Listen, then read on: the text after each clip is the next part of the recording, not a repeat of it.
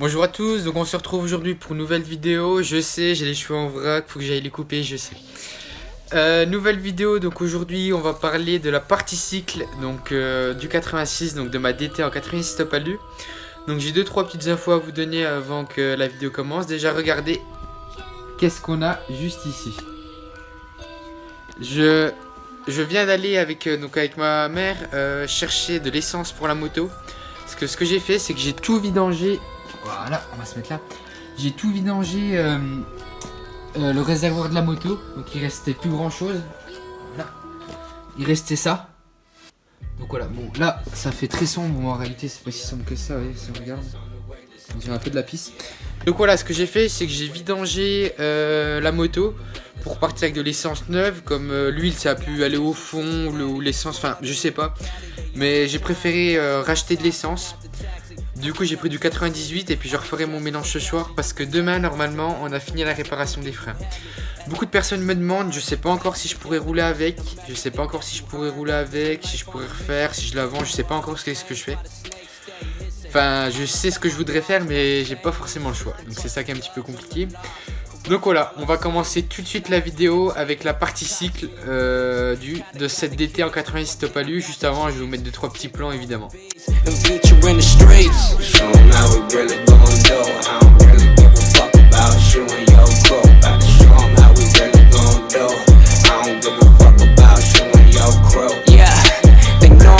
Like a god, you've been living a facade. Shit faded with the squad. Now the boy about to pop. Fucking up your favorite spot. Build a label like The Rock. R.I.P. Biggie Pac. On my way to the top. Everything I drop got me fucking up the game. Voilà, vous avez 2-3 petits plans donc, que j'ai fait. Enfin, les plans. C'est juste des petits trucs vidéo avec une musique en fond. Donc maintenant, je vais un peu plus vous expliquer tout ça. Donc vous pouvez suivre mon Instagram qui est dans la description. Donc mon Instagram qui est dans la description. Je mets une vidéo par jour normalement. D'un peu toutes les nouveautés que je fais sur la moto tous les jours, si je reçois des colis et tout ça. Donc voilà, allez dans la description, allez vous abonner, ça sera super sympa. Donc on va commencer la partie cycle. Donc on m'a donné l'idée de cette vidéo sur Instagram. C'est un gars qui m'a dit on aimerait bien faire la partie cycle de ta moto. Donc carénage et tout ça, du coup j'ai fait bon bah go. Puis soir, on est vendredi soir et la vidéo devrait sortir demain matin. Donc je suis un petit peu à l'arrache, enfin comme d'habitude, mais ça devrait le faire. Voilà, donc on va commencer tout de suite par tout ce qui est poste de pilotage. Donc dessus, on a des poignées ProTaper. Voilà, des poignées ProTaper donc que j'ai pris sur Wish ou AliExpress, je sais plus où c'est. Donc franchement ça fait l'affaire quoi, c'est comme des vrais je trouve. C'est comme des vrais. Ensuite, donc voilà, de chaque côté ici et ici. Bon, elle est un peu retournée, il faudrait que je la remette en place. Ensuite, on a des leviers, je crois qu'ils viennent d'Amazon. Donc, il ne faut pas que j'appuie parce que mes étriers, voilà, sont juste ici. Donc, levier réglable à niveau de la distance, vous voyez. Si on a des petites mains, si on a des grandes mains, vous voyez la différence. Grande main et petites mains. Donc, voilà, c'est plutôt pratique. Également, on a un tirage rapide juste ici qu'on voit. Tirage rapide, stage 6 normalement taille et masse, donc vous voyez que c'est plutôt esthétique, taille et masse. Également on a un commodo donc là pour clignotant, klaxon qui est cassé et alimentation du compteur, donc qui est aussi taille et masse, donc de chez stage 6 normalement comme celui qui est juste ici. Ensuite on a un petit coupe-circuit également stage 6 juste ici, donc voilà, coupe-circuit normal. Salut mec! Coupe-circuit normal, donc stage 6, donc le coupe-circuit qui est juste ici, donc avec le machin aimanté ça marche plutôt bien, enfin ça marche même très bien, ça fait l'affaire. Je crois que ça coûte 10 €, stage 6 également. Ici on a un petit récipient de liquide de frein qui allait sûrement avec les leviers j'imagine, qui allait sûrement avec les leviers. Donc ensuite la commande que j'ai reçue aujourd'hui, donc vous avez vu si vous êtes sur mon Insta, c'est ceci, donc une mousse de guidon Neken, Neken, je pense que ça se dit comme ça, qui est juste magnifique. Regardez-moi ça de loin avec tout le poste de pilotage, je la trouve juste magnifique, vraiment nickel. Donc voilà, une mousse de guidon Neken, donc rouge et blanche, elle m'a coûté 25 €, là je l'ai commandé il n'y a pas longtemps. Ensuite ici on a le guidon donc ProTaper, voilà, je vais vous montrer de l'autre côté. Voilà, guidon ProTaper juste ici. Donc très bon guidon, donc c'est les mêmes que ceux qui sont utilisés en cross. Je dis les prix, c'est juste, c'est pas pour me vanter ou je sais quoi, c'est juste pour vous dire. Un guidon sur Scootfast pour 50 cm3, c'est environ 30 €, entre 29 et 50 €. Ce guidon là a coûté 130 €. Donc vous imaginez bien, même avec mon crash, ça tenait nickel. 130 € le guidon, ça tient bien. Ensuite ici, on a un compteur, donc vous m'avez posé énormément de questions sur ce compteur. Donc c'est le Kozo DB02R, qui est un très bon compteur je trouve. Donc ici on a plein d'indicateurs sur les côtés. Donc on a clignotant gauche, clignotant droit. J'arrive pas à voir le reste. On a l'indicateur pour l'essence juste ici, le point mort. Ça je sais pas c'est quoi. Je sais plus c'est quoi. Et après on peut rajouter des indicateurs. Donc voilà, on va déverrouiller ça. Donc ce qui est bien, c'est qu'on a la vitesse en km/h qui monte jusqu'à 360 km/h en étant précis. Donc ça, vous faites vos réglages vous-même en fonction de la taille de votre jante. C'est assez simple. Ensuite, on a également le compte-tours, donc de 0 à 18 000 tours, 19 000 tours. Donc la mienne, elle montait à environ 15 000 tours juste ici. On a l'heure également. On a également la température du cylindre. Donc là, il est à 10,2 degrés. Comme il est à froid. On a également les distances en kilomètres. Et également le compte-tour, on peut l'avoir en digital, donc on peut l'avoir au tour près. Sauf qu'évidemment, ça oscille toutes les secondes. Vous voyez, ça peut pas être précis à la seconde près. Enfin, vous avez compris. Donc voilà, levier d'embrayage, ce rétroviseur que j'aime beaucoup, BCD Design, Pure Design, que je trouve vraiment très esthétique. Il vibre absolument pas. Voilà, je vous montre comme ça. Très esthétique, je trouve. Il vibre absolument pas. Voilà, regardez-moi cette poste de pilotage. Maintenant, à l'avant, ça tient. On a une plaque phare de 85YZ. Donc voilà, juste ici, plaque phare de 85YZ qui est plutôt jolie. Je suis désolé, il y a les étriers qui sont comme ça. À l'avant, on a également un garde-boue UFO KTM, donc qui est plutôt joli. On va mettre ça en vide. Voilà, je vous remonte la gueule de la moto.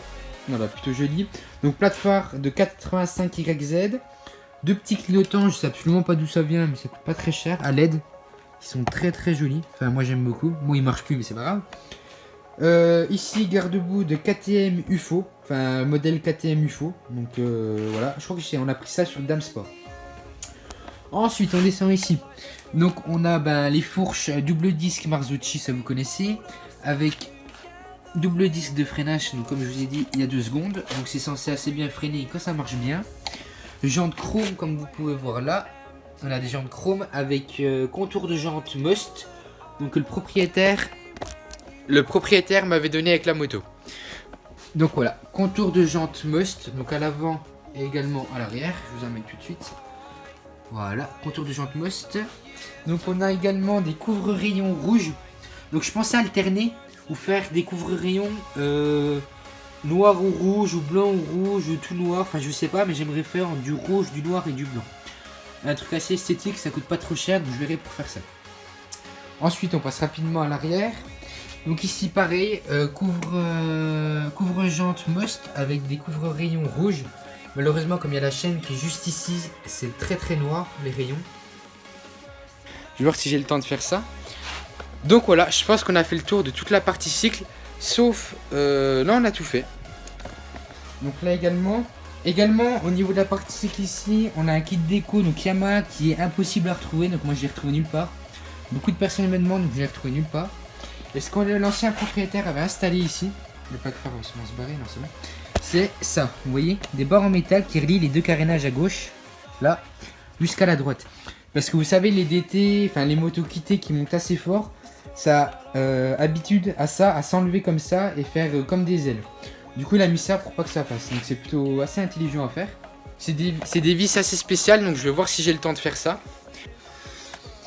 Ensuite, on a également le pneu. Donc, c'est un Michelin Piloti Street qui est un très très bon pneu qui coûte assez cher pour de la 50. Donc, il coûte 80 €. Donc, voilà. Il est assez, je trouve vraiment très joli esthétiquement. Bon, là, il est tout neuf. Vous voyez bien, il est tout neuf. Il y a encore des petits picots. Feu arrière LED avec clignotant intégré. Donc vous voyez, la bavette, elle est vraiment super propre. Donc feu arrière teinté. Donc par contre, quand on tourne et tout ça, on voit pas grand chose comme c'est teinté. Donc gauche, droite et le feu qui est inclus. Support de plaque qui est tout au fond. Donc ça, c'est pas super. Je trouve plus joli quand c'est au fond. Mais pour les flics, j'aurais préféré qu'elle soit là. Mais elle est au fond. Puis si on m'arrête, je remettrai comme avant. Donc voilà, avec le petit machin Yamaha. Donc voilà, support de plaque au fond. Frein arrière d'origine de Yamaha DT. Ensuite ici, qu'est-ce qu'on a? On a le kick peint d'origine, donc normal. Ensuite aussi quelque chose que j'ai mis, c'est ce magnifique pignon. Enfin magnifique pignon, moi j'aime beaucoup. Ce pignon Ozaki. Donc on va se mettre un peu plus près. C'est quand même de la bonne qualité ces iPhones, je trouve, au niveau vidéo. Donc pignon Ozaki qui était tout neuf. Donc je l'avais acheté 2 semaines avant de me cracher. Et du coup j'ai monté ça également. Donc aussi quelque chose que je voulais vous demander, c'est que ici j'ai une Calmost que j'aimerais installer. Le problème c'est que j'ai pas la place de la monter sans démonter le réservoir. Donc le réservoir qui est juste là-dessous. Le problème c'est que le réservoir il est tenu par des vis, mais c'est des attaches très spéciales qui les tiennent. Je sais pas si on va réussir à les voir quelque part. C'est des attaches... Ah, je sais pas, on va réussir à les voir. Je sais pas s'il y en a là-bas. Et voilà.